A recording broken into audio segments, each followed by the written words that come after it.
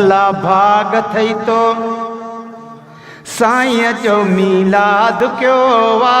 भला भाग थव हो भला भाग थव तव्हां साईं जो मीलाद क्यों वा तोखे मदीने जे साईं आबाद क्यों वा भला भाग थव हो भला भाग थव तो साईं जो मीलाद क्यों वा तोखे कंबर वारे साईं आबाद क्यों वा भला भाग थई तो हो भला भाग थई तो है कणे मजा के चथी दई उम्मीद अल्लाह में कणे मजा के चथी दई उम्मीद अल्लाह में आए पर कयो मीलाद सब मोमिन रसूलुल्लाह रहबर जो कंदो मीरल गिलाल बिया दिलों दिलदार दिलबर जो पंहिंजी ताकत मुताबिक कर सखी सरदार सरवर जो थींदी दीदार पो जल्दी मदीने पाक मुनवर जो है कणे मजा के चथी दई उम्मीद अल्लाह में कणे मजा के चथी दई उम्मीद अल्लाह में जन बि आहे ख़र्च कयो दिल सां हिन राह में जन बि आहे ख़र्च कयो दिल सां हिन राह में हो तन खे तोखे मदीने जे साईं आबाद कयो आ भला भाग थई तो हो भला भाग थई तो सजण जो मीलाद कयो आ भला भाग थई तो साईं जो मीलाद कयो वा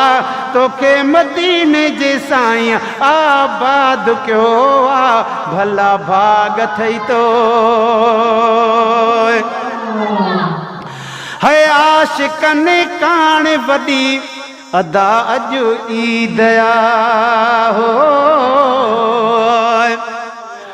पर असां मीलाद कयो आहे मिठा चो तोखे दावत आ वेहण हिन पाक महफ़िल में घड़ी हिक बि इबादत आ खुदा जाने खुदावंद कई अबोझन ते नायत आ ॿुधण नातियूं सादता मीरल गिलाल मदनीअ जूं आए पर असां मीलाद क्यों था जॾहिं लॻे थी शिरक जी फतवा सभई सुभान अल्लाह चऊं हाज़ुर ऐं नाज़ुर तॾहिं लॻे थी शिरक जी फतवा पढ़ी मौलूद मीरल कॾे लॻे थी शिरक जी फतवा मदीने ॾे करे मुंहुं सॾ लॻे थी शिरक जी फतवा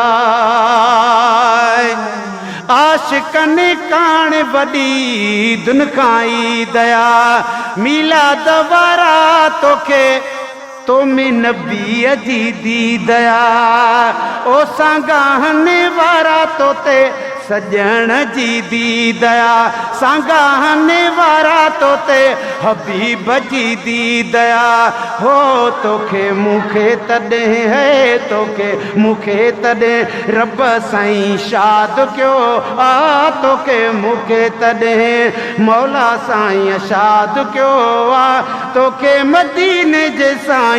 आबाद कयो आ भला भाग थई तो हो भला भाग थई तो साईं जो मीलाद कयो आ तोखे कंबर वारे साईं आबाद कयो आ भला भाग थई तो सदके सजण जे मिली मूंखे ॾात आए पर असां मीलाद कयो आहे मदीने वारे साईं जो वसीहत नूर वियो आहे मदीने वारे साईं जो अचे गॾु इश्क वारा थिया ख़ुशीअ सां ख़ूब खाईंदा नंगर हिते तयारु पियो आहे मदीने वारे साईं जो अचे मीरल गिलाल मिठा बि हिते महबती माण्हुनि आॾो मौलूद चयो आहे मदीने वारे साईं जो मदनीअ जो अचण आ ॿे नमूने जो दुनिया जे दिल भरनि खां ई सजण आ ॿे नमूने जो जंहिंजो पाशो न पियो पटते उन्हीअ खे नूर मञणो आ मगर हुन धुर जो ऐं मुंहिंजो आ मञणो आ ॿे नमूने जो अग़िस्नी